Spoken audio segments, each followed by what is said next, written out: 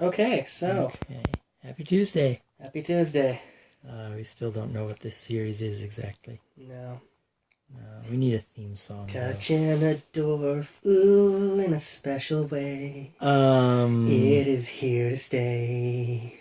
Stroking on a midget, half past midnight, ooh. I don't think we're going to be able to use this. Dressed like a furry. Don't use my face. Attack in a flurry, ooh. I'm going to turn it off if you don't stop.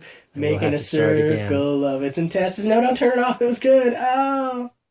I haven't pressed stop yet. But you can't keep doing the music, okay? It was a brilliant song, though. That just came out of nowhere. But it's disturbing. You're disturbing. That's what we'll talk about. We'll talk about art and the place of censorship, if any, in art. And I actually disagree with most people by saying, yes, sometimes you should put swim trunks on the David or things like that. Art is not for the sake of art. It's for the sake of us. Now I really wish you had seen Ex Machina, because that is a movie that I'm sure you'd be like, oh, it has blatant nudity in it. I hold that not only is the nudity non-gratuitous, the nudity in that film is essential. Nudity as metaphor, humanity, etc. But no, there's two main scenes of nudity in the movie, and what's interesting is that the nudity represents two different things in both places. The first time we see nudity is his Japanese robot slave. You just did a spoiler. I'm sorry, spoiler alert. Spoiler alert. It was blatant. Like and subscribe. No, it was seriously blatant. If you did not see it going in, congratulations. There's a genre called sci-fi. Maybe you should watch some other movies.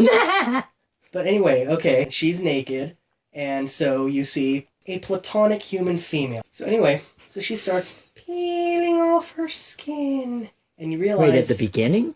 No, this is late in the movie. Okay. She begins peeling off her skin and reveals she's a robot.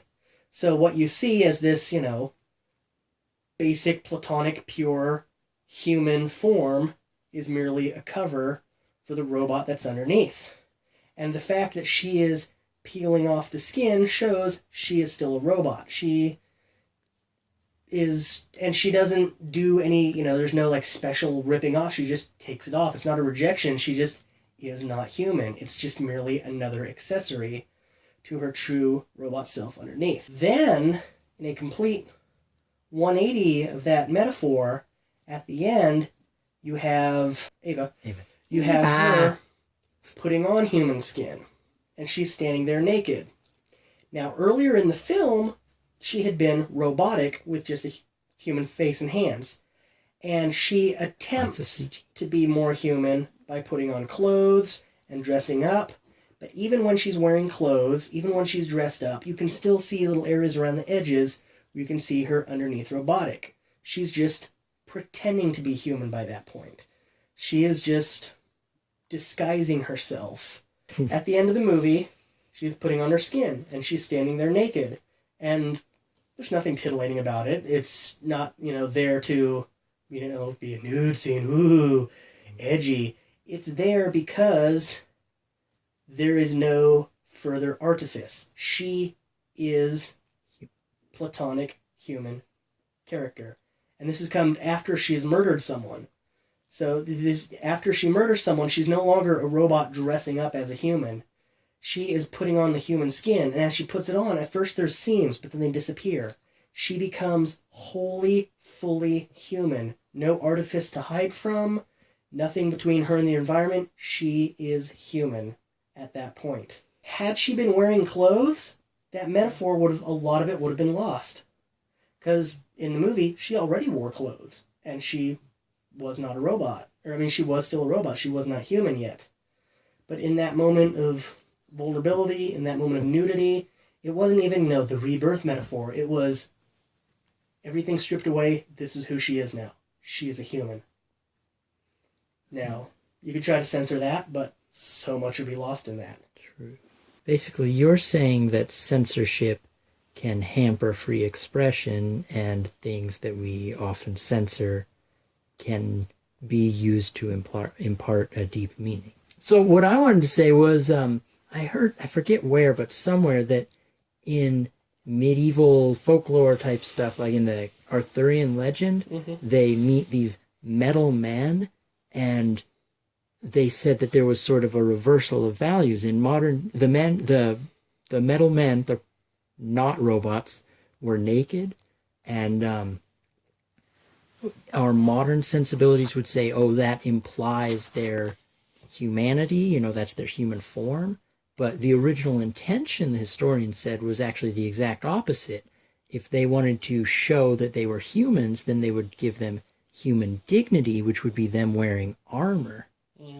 So it becomes a matter of respecting human dignity. 2 questions really need to be said before the censoring. 1, what was the original intention of the offensive material? And 2, will the censoring hurt that message? Game of Thrones has a lot of nudity, and that nudity serves no purpose other than getting people to watch the show. Oh. You could cut the nudity. What would you, as a viewer, lose? Not much. About Basically a quarter of nothing. the screen. Basically nothing. And now, would it affect their message in any way? I don't believe so. It might, hurt viewership figures. Oh. You could censor it and have no further hurt. Schindler's List. What if you cut the nudity out of that? Well, then maybe not so much, because that serves a meaning. Yeah. Now, would a lot of the message be lost if you cut out the nudity?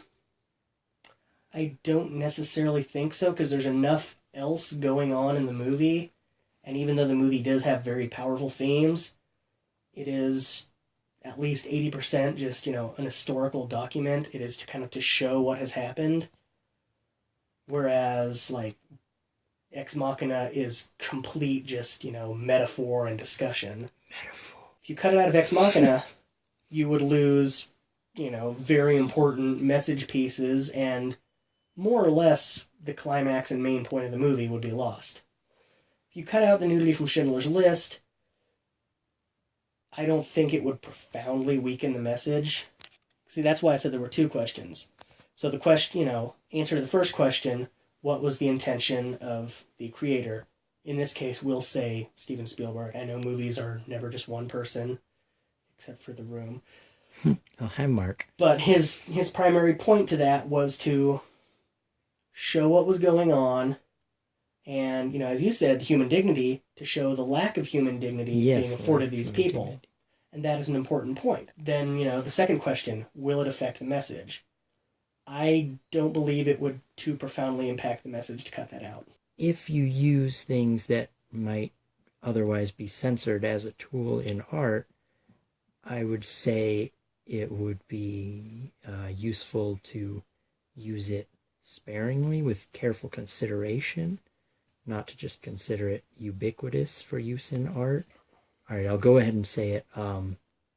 Anime uses nudity for metaphor all the time. That's part of my noodle incident that I will not explain too much of. Wasn't that one scene from the baseball one? There was she that was just one having the scene. random new dream sequence for whatever reason. There was a lot of nudity in anime, and that's why I don't watch it anymore. Okay. They used it for metaphor, but they used it so freely and ubiquitously that it stopped actually having any meaning, and it's just them standing up, yelling the word art, and sitting back down. Now you know the noodle incident. Yeah. And so does the internet. Hi, internet. Hi, Mom. Hi, Christian University I go to. Awkward. Well, one of the main thing, I keep saying main thing, the main thing ever. Something they talked about at the Christian film school I went to was, University Christian Film School. It's like, where are the limits? But then they had a movie that they said is, a good quality, uplifting, not directly Christian, but it was the director exploring Christian themes. Sympathy for Delicious? No. That was a good movie too, though. Black Snake Moan. Oh. The movie in which Awkward Samuel title, L. awkward Jackson title. locks up a half-naked white woman in his basement. And we watched that and we discussed, whether that went too far, whether that properly explored the themes with the artistic medium available. I actually quite liked it. It was... Okay, it was a case, and even the director admits it, it was a case where the studio promoted it in the wrong way. It is a story of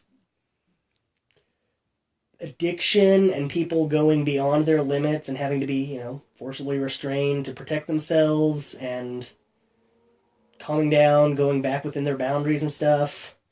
But all they could see, all the executives could see was Samuel L. Jackson, half-naked white woman on a chain, and that was all the posters, all the movie. It was horribly misrepresented. Advertisers. You made Jupiter Ascending look good. That is unforgivable. Ouch.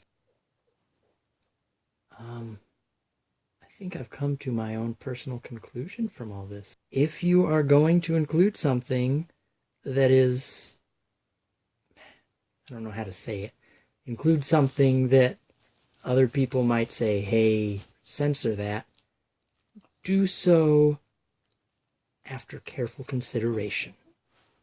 My own book has quite a lot of nude scenes in it. A hood. Yes. Granted, you don't see any of them. We don't see any of them. Till the movie. And some of them aren't even meaningful. They're just what I would say were logical. Because they are in, a secret underground government experiment where clothes would get in the way. And also, they're trying to give these people, zero means of escape. And you can always figure out something to do with, a t-shirt. You could, strangle a guard with it, whatever. So there is no reason to give them clothes, and also reasons to not give them clothes. So I'll give them clothes. I had to logically do nudity, even though it didn't really serve any kind of message at that point.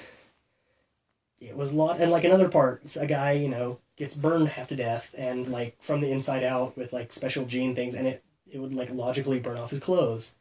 I'm not going to pull the Magic Hulk card where his pants are magically okay. That is another thing, one of the considerations, immersion. Immersion, yeah. It helps your message by creating consistent immersion. Yeah.